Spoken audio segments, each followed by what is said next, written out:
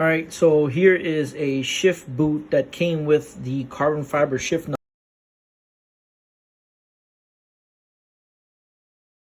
knob like this, which is the M Performance one. So this one is the just regular BMW Performance, which doesn't say BMW M Performance. On the sides would be carbon fiber. So it comes like this, already mounted. And you see here, these pieces right here, hold on. See here, these holes on the shift knob, it'll come with it. No, this one didn't. This one just came like this. On the shift knob, it'll have 3 prongs, which go into these holes. Now this shifter is for an F30, but it will fit your F80 M3, F82 M4, and F87 M2s.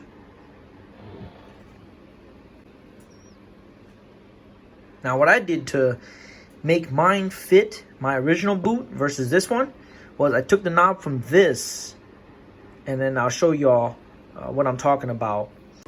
Here's the one from the existing knob with the X lines on it versus the normal stitching that comes with your M2. See it? And on the existing boot in my M2, it had these holes, and I was careful when I removed this one. Let's just say this is the carbon one it came with. It had those prongs, and then I stuck them in there, and then in here, as you can see,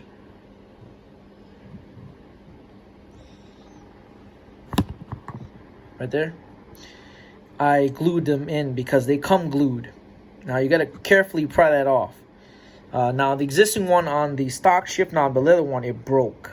So just so that way y'all are tracking as far as, you know, how did I mount this.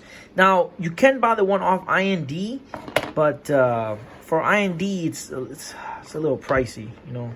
I got it, you gotta pay to play, but I did this simple mod. This cost me about 180 euros. So this one now, this was like I think 60 euros, and this I used this one for my M3 that I previously had. But anywho, I hope that paints a clear picture for those wanting to put the carbon BMW M Performance shift knob into their existing shift boot. All right, y'all.